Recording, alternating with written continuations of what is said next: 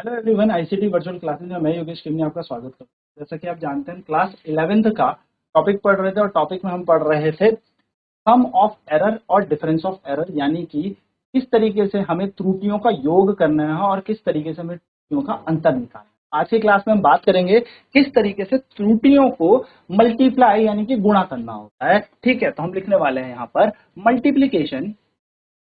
Multiplication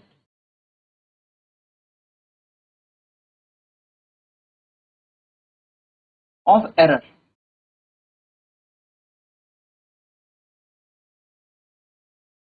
त्रुटियों का गुणा करना, त्रुटियों का गुणा होना। मान लेते हैं दो क्वांटिटी है हमारे पास, late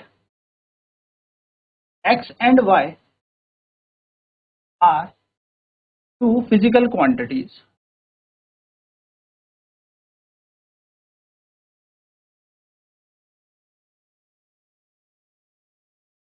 late delta x is delta n and delta y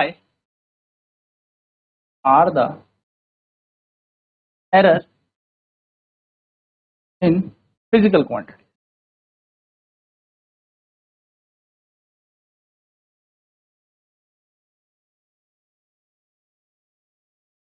माना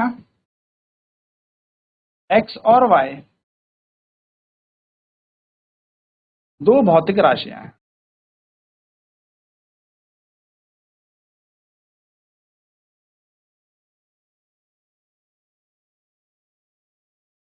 और डेल्टा x और डेल्टा y इनमें त्रुटि है। ठीक है, तो मान लिया इन दोनों के मल्टीप्लाई से let z is the resultant of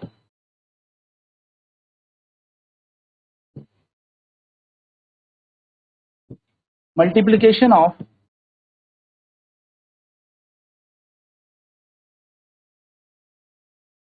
x and y। तो z जो है वह माना z दो राशियों के बीच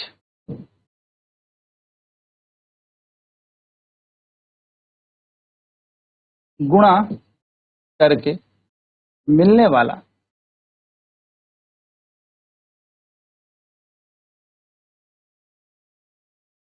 कुल मान है। यानी कि z बराबर हो जाएगा x गुणा y। z बराबर क्या हो जाएगा, x इंटू वाई। इन दोनों को गुणा करके आ गया हमारे पास। मैं कह सकता हूँ let delta z is error in quantity z।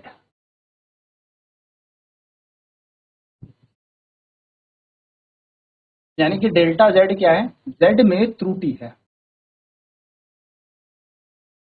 ठीक है, यह हमें यहाँ पर दिया हुआ है। चलिए नोट करेंगे इसे।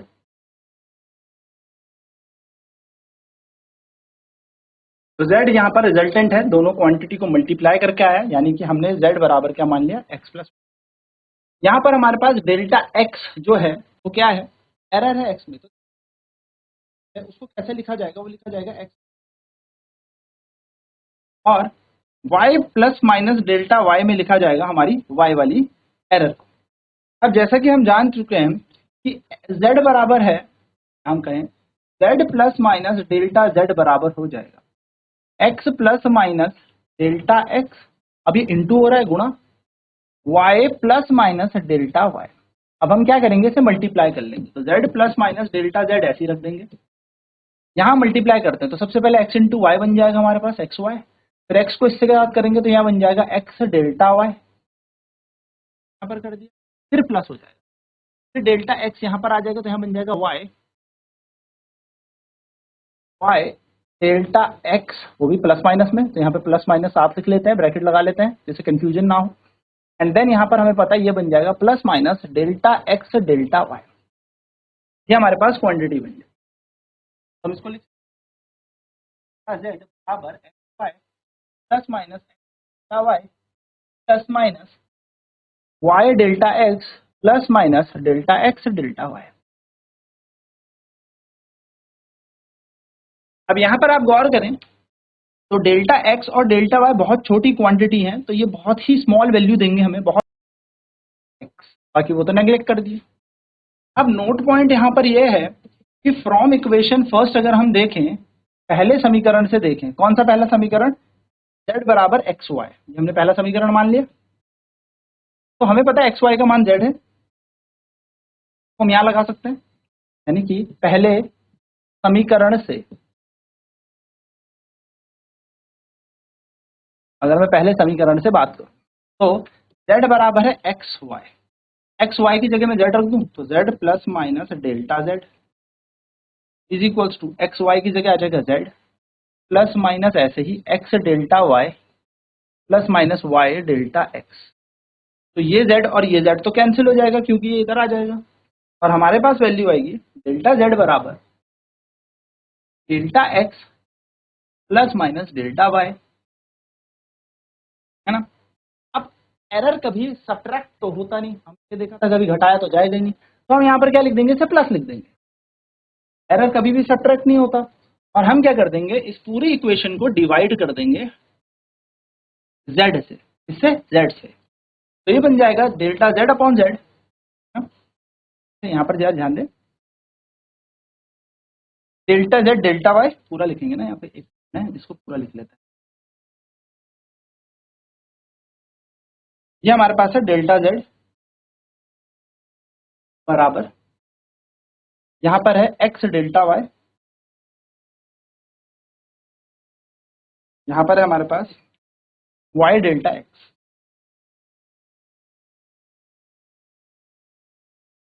हमने इस इक्वेशन को क्या करना है, वेरिएबल से डिवाइड कर देना है। देखो इस वाले को हम डिवाइड करते हैं z से, इस वाले को डिवाइड करते हैं हम x से, वेरिएबल x है ना क्योंकि ये तो एरर है, इस वाले को हम डिवाइड करते हैं y से। इस तरीके से आप इसको डिवाइड कर सकते हैं, या फिर मैं आपको तरीका बताऊं, आप पहले इतना नोट करें फिर आगे बात करते हैं। ये हमने नोट कर लिया, हम इसे डिवाइड करते हैं, divide by z equals to x y, यहाँ आ जाएगा डेल्टा z अपॉन z, क्या बन जाएगा x delta y upon x y plus y delta x upon x y. x से x कैंसिल हो गया, y से y कैंसिल हो गया, हमारे पास आया डेल्टा z अपॉन z बराबर डेल्टा x अपॉन x पहले लिख लेते हैं plus delta y upon y। आप देख रहे होंगे इसी चीज को हमने एब्सोल्यूट एरर पढ़ा था, इसी चीज को हमने निरपेक्ष त्रुटि पढ़ा था, और अगर परसेंटेज में पूछ ले, इसमें परसेंटेज में पूछ ले यानी कि प्रतिशत त्रुटि में पूछ ले, तो मल्टीप्लाई कर देंगे हम किससे, 100 से, तो ये बन जाएगा delta z upon z into 100 बराबर delta x upon x into 100 plus delta y upon y into 100। यानी कि अगर हम बात करें तो ये कहेंगे percentage error in z equals to percentage error in x plus percentage error in y। क्या बन जाएगा, percentage error in x equal to percentage error in, sorry percentage error in z equal percentage error in x plus percentage error in y, यानी z में प्रतिशत त्रुटि बराबर x में प्रतिशत त्रुटि प्लस y में प्रतिशत त्रुटि। ये बड़ा इंपॉर्टेंट रिजल्ट है, याद रखेंगे, चलिए नोट करें इसे।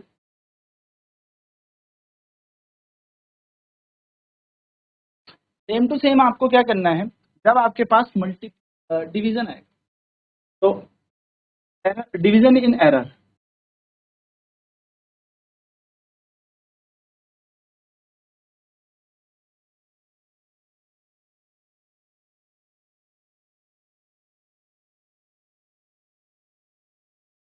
त्रुटि में भाग करना, ठीक है, डिवाइड करना, त्रुटि में भाग। देखिए अगर हमारे पास z is equal to x upon y है, अब हमें लगेगा कि ये तो पावर जाके ऊपर जाके x की पावर ये y की पावर -1 बन जाएगी और एरर सब्ट्रैक्ट होगा, तो एरर कभी भी सब्ट्रैक्ट नहीं होता, तो नोट डालिएगा और नोट डाल के लिख लीजिएगा अगर डिवीजन की बात होगी तो भी आपको एरर ऐसे ही निकालना है कि fractional error in z equal to fractional error in x plus fractional error in y। यही आपके पास डिवीजन के केस में भी होगा, यानी कि हम इसको कहेंगे delta z upon z into 100। अगर परसेंटेज की बात की जाए, प्रतिशत की बात की जाए, delta x upon x into 100 plus delta y upon y into 100। ठीक है, तो ये हो जाएगा percentage error in z is equals to percentage error in x plus percentage error in y। z में प्रतिशत त्रुटि,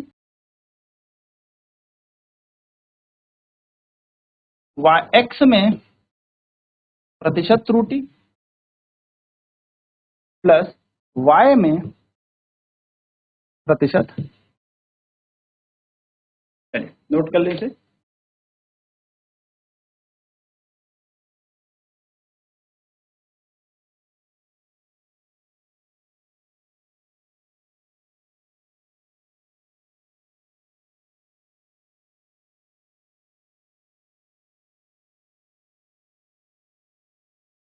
बात करते हैं अब लास्ट एरर इन पावर्स।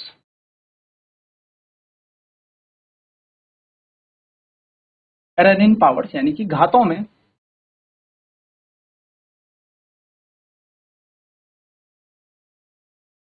त्रुटि, घातों में त्रुटि। z बराबर मान लेते हैं x की पावर m है ना, मान लेते हैं z इक्वल्स टू x की पावर। तो मैं यहाँ पर क्या देखूंगा, मैं यहाँ पर ये देखूंगा कि हमारे पास z बराबर x की पावर m, तो हम वैसे इस पे लॉग वॉग लेते हैं। मैं आपको डायरेक्ट बता देता हूँ, आपको अगर एरर निकालना है z में तो आप लिखना फ्रैक्शनल एरर इन z, इस m को आगे फेंक दो और यहाँ लिख दो फ्रैक्शनल एरर इन x, खत्म कहानी, मल्टीप्लाई कर दो एरर निकालने का तरीका। अगर आपसे परसेंटेज एरर पूछता है तो परसेंटेज एरर हो जाएगा delta z upon z into 100 is equals to m delta x upon x into 100। कुछ नहीं करना, मल्टीप्लाई कर देना बस 100 से, तो ये बन जाएगा हमारे पास percentage error in z is equals to m into percentage error in x। ये हमारा यहाँ पर बन जाएगी। चलिए नोट कर लें।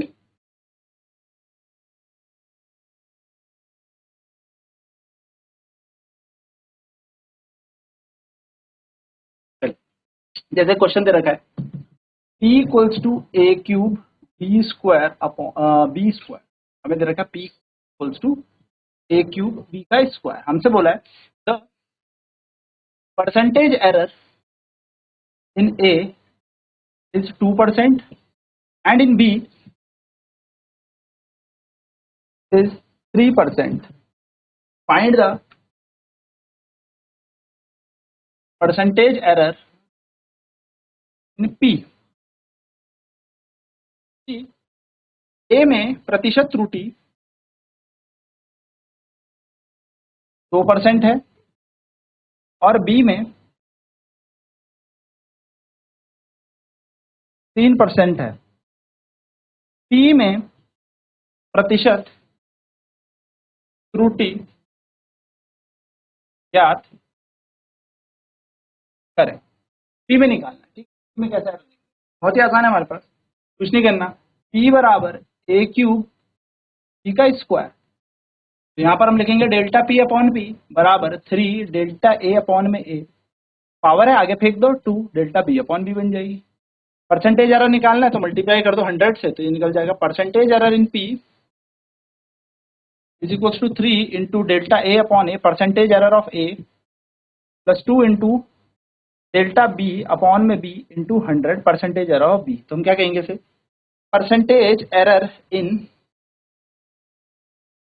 p is equal to 3 into percentage error of a, है ना, percentage error in a plus 2 into percentage error in b. तो परसेंटेज एरर क्या हो जाएगा हमारे पास 3 इंटू परसेंटेज एरर ए में देखिए कितना आ जाएगा, तो ए में आ जाएगा 2%